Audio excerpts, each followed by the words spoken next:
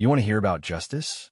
About standing your ground when the whole world's lined up against you, torches and pitchforks in hand, calling you the villain for defending what's yours? Pull up a chair because this is the story of how my quiet Saturday at Donovan Lake turned into an all-out war with an HOA president so obsessed with control, she tried to rewrite the law just to line her own pockets. And how, by the end, truth and patience turned the tables on her entire scheme. I'll never forget the moment Helen Caldwell's voice cut through the morning air. Sharp, shrill, and way too close for comfort. "You're breaking HOA rules," she barked, her arms folded tight across that embroidered white polo, standing barely 3 feet from me with 8 guests spread across my shoreline like they own the place. Tents, kayaks, folding tables, even a portable grill. My grandfather's fishing dock transformed into a carnival without so much as a knock on my door. And the kicker? She had the nerve to jab her finger at me, like I was some kind of criminal for asking them to leave. Early May sunlight danced on the water. The same 12 acres my family had protected since 1958. Clear deed, clear boundaries. Didn't matter. Facts were just a suggestion to Helen. See, my Saturday started peaceful enough, sorting my tackle, reliving the ritual my grandfather started here 3 generations ago. The lake's surface was glass, oak trees mirrored on the far shore. My mind was a million miles from conflict until I heard the commotion, the scrape of coolers on gravel, kids hollering with pool floats, grown men lugging a canoe straight through my access road. And at the front, Helen, 53, iron-willed, HOA president, with a smile like a shark's. "Good morning, Carter. Beautiful day for the lake, isn't it?" she called, as if she hadn't just brought a parade onto private property. I stood, took a breath, tried to keep it civil. "Helen, this is private property. You can't bring people here without permission." But her grin didn't budge. She gestured back to her crew like a tour guide, showing off the world's best view. "Actually, Article 4.2 says residents have access to all recreational amenities within the community boundaries, and we have updated maps that place Donovan Lake inside HOA jurisdiction." That made my jaw tighten. Updated maps? My family's deed, the 1972 certified survey. They're both locked up in a waterproof folder in the dock box, showing our lake is parcel 14-03, entirely outside Riverside Meadows. The HOA didn't even exist until 2007. I kept it together. I don't know what maps you're talking about, but the deed says otherwise, so I'm going to have to ask you and your guest to leave. Didn't faze her. Her group started unpacking, a teenager already wading into the water. Helen moved closer, her voice low and threatening. "Carter, don't make this difficult. The community has rights here. You can't lock people out of shared resources." I looked her in the eye. "This isn't a shared resource. It's my property. Unless you've got legal proof, you need to leave now." That's when she raised her voice for everyone to hear. "You're breaking HOA rules. You're obstructing access and violating the covenant." A couple of her guests paused, unsure who to believe. I noticed someone else, 50 feet back in the tree line, a man in a dark vest, not dressed for a day at the lake, just watching. He lifted a phone to his ear, spoke briefly, then disappeared into the trees. At the time, I filed it away. Later, it all made sense. I pulled out my phone. "I'm calling the sheriff." Helen's eyes narrowed. "Go ahead. When he gets here, I'll provide proper documentation. You'll be the one embarrassed." I called Sheriff Tom Bailey, laid out the facts, trespassing, refusal to leave. He said he'd be there in 15 minutes. Helen's group kept setting up, acting like they'd already won. When Bailey rolled up, Helen went full courtroom mode.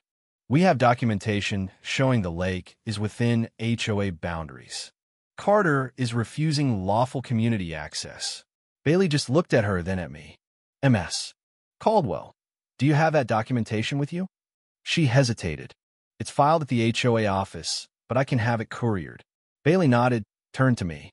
"You got your deed?" I handed it over. He took his time, reading parcel numbers, checking boundaries. After a while, he looked up. "Mr. Donovan has presented clear legal title. Until you provide contradicting documentation, I'm treating this as private property. I'm asking your group to vacate." You could have heard a pin drop. Helen's face went ghost white. Her crew started packing, muttering apologies. She was the last to leave, icy and low. Expect to cease and desist by Monday morning, Carter. We have counsel, and they don't lose. Sheriff Bailey tipped his hat. Keep those documents close. Something tells me she's not done. He was right. Monday morning, sure enough, a thick envelope with the HOA logo arrived. Official as they come, certified, return receipt. 3 pages of legalese, signed by Helen in blue ink, accused me of violating cooperative neighborhood conduct and failing to respect shared amenities. Disciplinary hearing, May 15th. Fine starting at $500 a week if I didn't show. No attached documentation, just more chest beating about Article 4.2 and updated boundaries.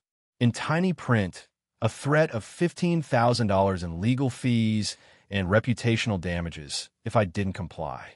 15 grand for protecting my own land? Yeah, that happened. I knew this wasn't just harassment. Helen was betting I'd fold rather than fight. She picked the wrong guy.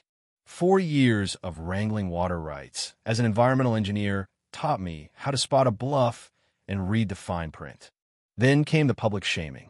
Neighbor I barely knew, Claire, sent me a screenshot from the community message board. Helen's post, protecting our community values, carefully worded but crystal clear. An unnamed resident had refused access to a natural recreational area and acted in a manner inconsistent with neighborhood cooperation. Over 100 comments. Selfish behavior like this ruins communities. If you don't want to share, don't live in an HOA. One guy, Riverside Dad, chimed in, I was there Saturday. The guy literally kicked children off a public lake. Public lake. The lie stuck. No one asked my side. I was the villain. That evening, I got an email, demand for compliance and cost recovery.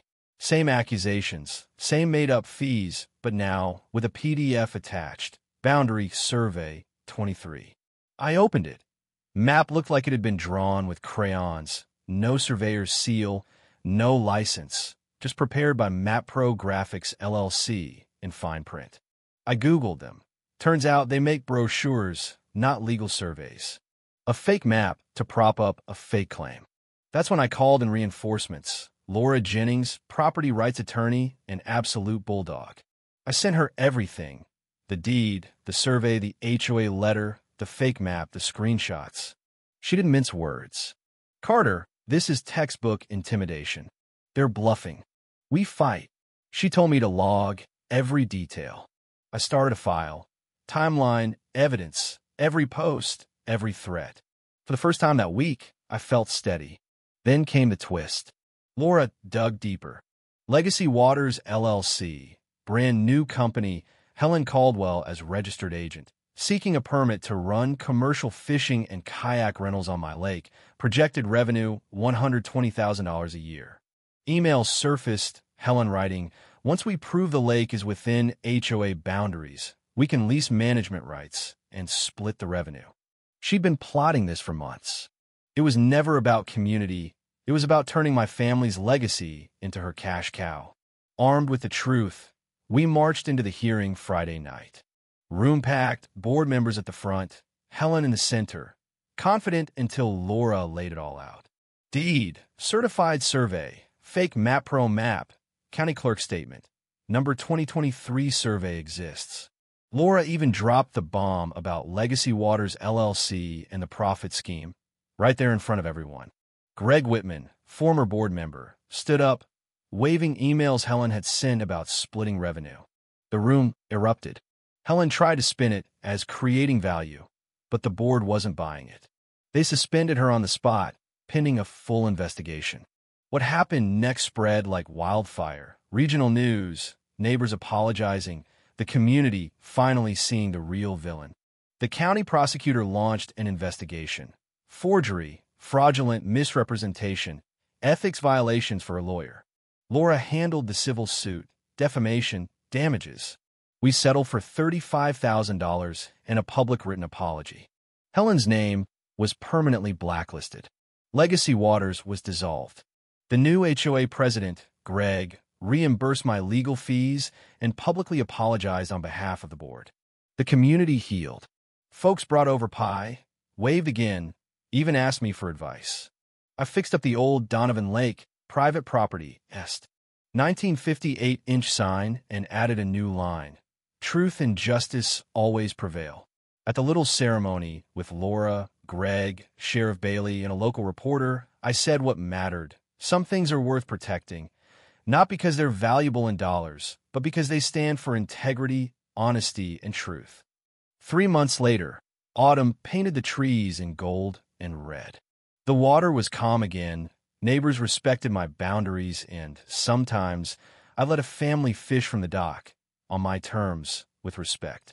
Even the quietest places, it turns out, need someone willing to fight for what's right, even if it means standing alone for a while.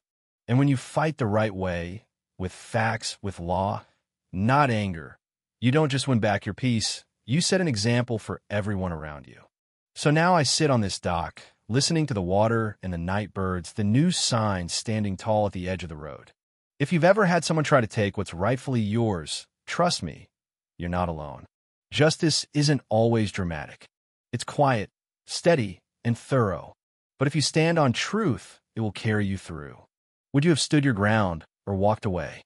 Let me know in the comments, because the line between right and wrong is often as clear as the water at Donovan Lake, if you're willing to fight for it.